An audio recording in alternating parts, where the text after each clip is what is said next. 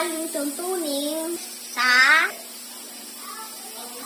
pagpapatili ng kaligtasan. Iwasan ang maglaro ng puro at apoy.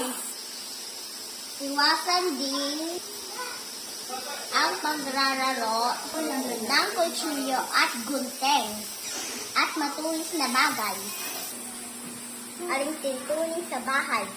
Igalang at mahalin ang mga pamilya. Tumulong sa mga gawaing bahay.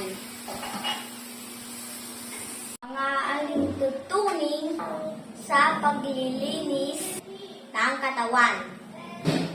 Pagligo araw-araw. Pagpapalit na malinis na damit. Pagkatapos manlaro o galing sa labas.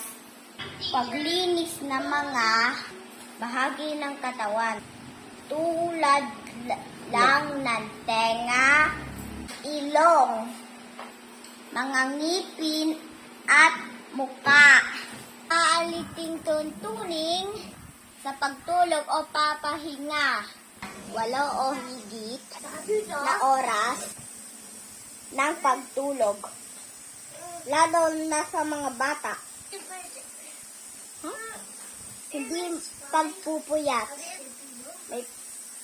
May pasok man o wala. Tandaan. Ugaling sumunod sa mga alintuntunin sa bahay para sa ikabubuti ng bawat isa.